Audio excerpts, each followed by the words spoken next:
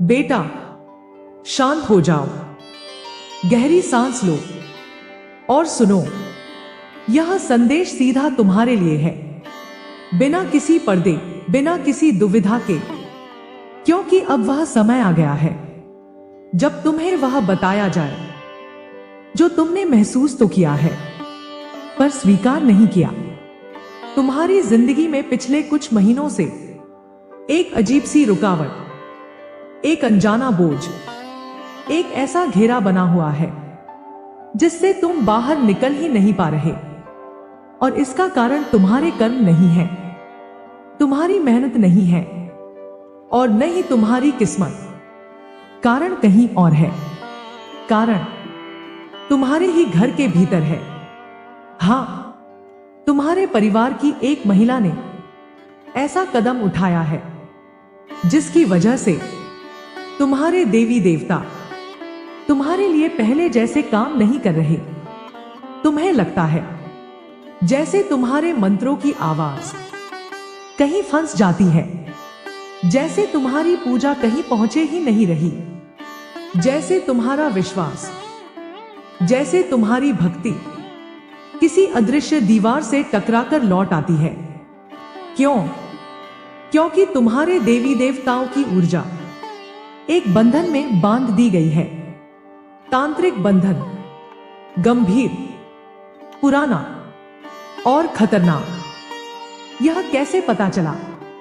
भक्ति की ऊर्जा जब कमजोर होती है तो इंसान खुद समझ नहीं पाता कि क्या हो रहा है, पर जब दिव्य शक्ति को तांत्रिक माध्यम से बांधा जाता है तो उसके संकेत बहुत साफ होते हैं। तुम्हारी इच्छा पूरी नहीं होती, मेहनत का फल नहीं मिलता, डर बिना कारण बढ़ने लगता है, रात में बेचैनी बढ़ जाती है, अचानक बुरे सपने आने लगते हैं, घर में हल्की हल्की आवाजें, पूजा करते समय मन का भटकना, मंत्र का असर खत्म होना, लक्ष्मी और शुभ ऊर्जा का दूर होना, और सबसे बड़ा संकेत, देवी देवताओं की मूर्ति को देखते ही मन भारी हो जाना। यह तुम्हारी गलती नहीं, यह तुम्हारी कमी नहीं, यह तुम्हारे विश्वास की कमजोरी नहीं, यह बंधन का असर है। कौन कर सकता है ऐसा? कोई सामान्य व्यक्ति नहीं, कोई साधारण महिला नहीं। आमतौर पर ऐसा वही करते हैं जिनके मन में ईर्ष्या, द्वेष और तुम्हारी उन्नति से जलन हो। रिश्तेदार या घर के भीतर की महिलाएं अक्सर इस प्रकार के तंत्र करवाती हैं क्योंकि वे सीधे सीधे नुकसान नहीं पहुंचा सकती, पर अदृश्य शक्ति का उपयोग कर तुम्हारी तरक्की रोक सकती हैं। ऐसा करने वाले लोग मुस्कुराते रहते हैं, बातें मीठी करते हैं, पर उनके इरादों में जहर भरा होता है। असर इतना खतरनाक क्यों? क्योंकि यह बंधन तुम्हारी भक्ति को नहीं रोक रहा, तुम्हारे देवी देवताओं की शक्ति को रोक रहा है। जब शक्ति अदृश्य रस्सियों से बांध दी जाए तो दीपक जलता तो है, पर उसका प्रकाश आसपास नहीं फैलता। मंत्र जपते हो पर कंपन पैदा नहीं होता, प्रसाद चढ़ाते हो पर आशीर्वाद नहीं उतरता, पूजा करते हो पर मन शांति महसूस नहीं करता। यह स्थिति बहुत गंभीर होती है। बंधन कैसे किया गया? तांत्रिक बंधन करवाना बहुत आसान नहीं है। इसके लिए एक अनुभवी तांत्रिक और तुम्हारे घर की किसी ऐसी महिला की जरूरत होती है जो यह कदम उठाने को तैयार हो। इसके लिए वह व्यक्ति तुम्हारे देवी देवताओं की छवि, तुम्हारे पूजा के सामान या तुम्हारे नाम का प्रयोग करता है। कभी कभी कोई चावल का दाना, कोई कपड़ा, कोई फूल, कोई दीपक, कोई मिट्टी, कोई धागा या तुम्हारी पूजा का रहस्य उनके हाथ लग जाए तो वे यह तंत्र करा देते हैं, और यह सब इतनी शांति से किया जाता है कि घर में किसी को पता भी नहीं चलता। तुम्हें कब से असर महसूस हो रहा है? सोचो, कब से तुम्हारी जिंदगी में ऐसी बाधाएं आने लगी? कब से तुम्हारा मन बेचैन होने लगा? कब से हर काम अटके अटके होने लगे? कब से सफलता तुम्हारी मुट्ठी से फिसलने लगी? कब से भक्ति करने पर भी मन भारी भारी रहने लगा? कब से रोजमर्रा के काम भारी लगने लगे? अगर तुम ईमानदारी से सोचो तो तुम्हें जवाब मिल जाएगा। बंधन के बाद क्या होता है?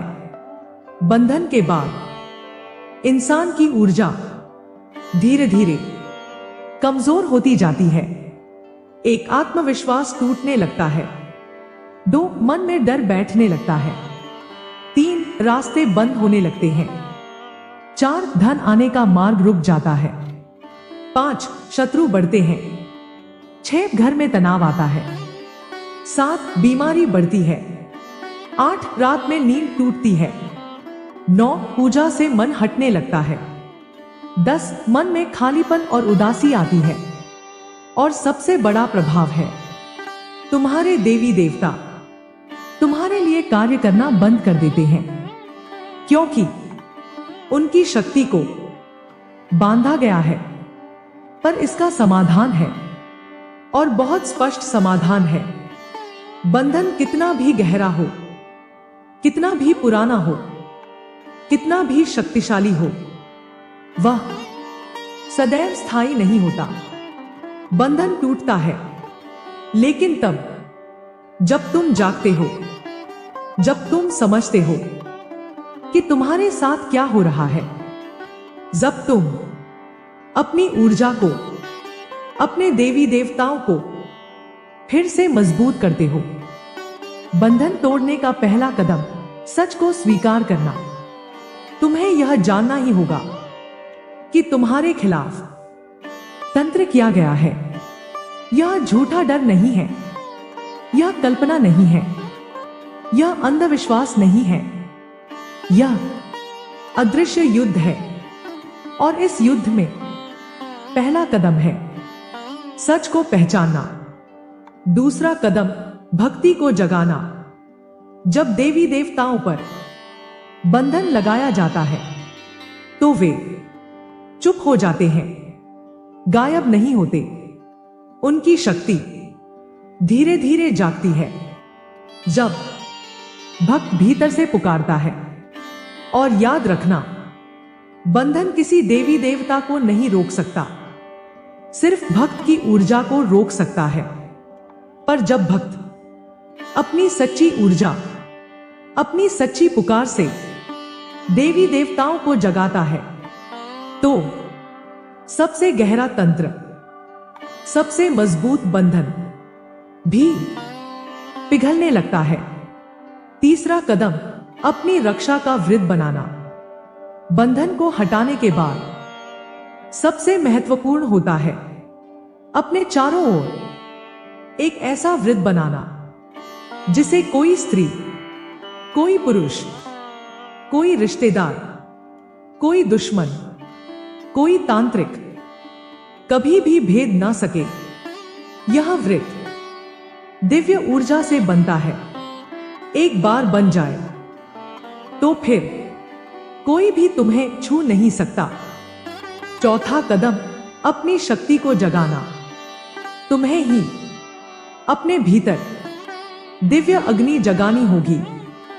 वही अग्नि जो टूट चुकी ऊर्जा को जोड़ती है, वही अग्नि जो बंदी देवी देवताओं को मुक्त करती है, वही अग्नि जो तांत्रिक बंधन को राख में बदल देती है। और पांचवा, अब पीछे मुड़कर नहीं देखना। तुम्हारी शक्ति तुम्हारे सामने है। तुम्हारे देवी देवता तुम्हारे साथ हैं। उनका आशीर्वाद फिर से जाग रहा है। अब तुम्हें पीछे मुड़कर, डरकर, घबराकर सोचते रहना नहीं है। जो हुआ वह हुआ। जिसने किया वह जानता है। जिसने बंधन करवाया वह आज भी डरता है कि कहीं तुम्हारे देवी देवता जाग न जाए। और अब वह समय आ गया है। अंतिम चेतावनी। तुम्हारे देवी देवताओं पर लगा बंधन तुम्हें रोक नहीं सकता, लेकिन तुम्हारी अनदेखी तुम्हें रोक सकती है। भक्ति को फिर से उठाओ, अपनी शक्ति को फिर से जगाओ, बंधन को तोड़ो और अपने चारों ओर वह वृत्त बनाओ जिसके भीतर किसी की हिम्मत न हो तुम्हारी किस्मत को छूने की। अब निर्णय तुम्हारे हाथ में है। ऊर्जा तुम्हारे साथ है। देवी देवता तुम्हारे पास है। और यह संदेश तुम्हें बस जगाने के लिए दिया गया है। अब जागो और उठो।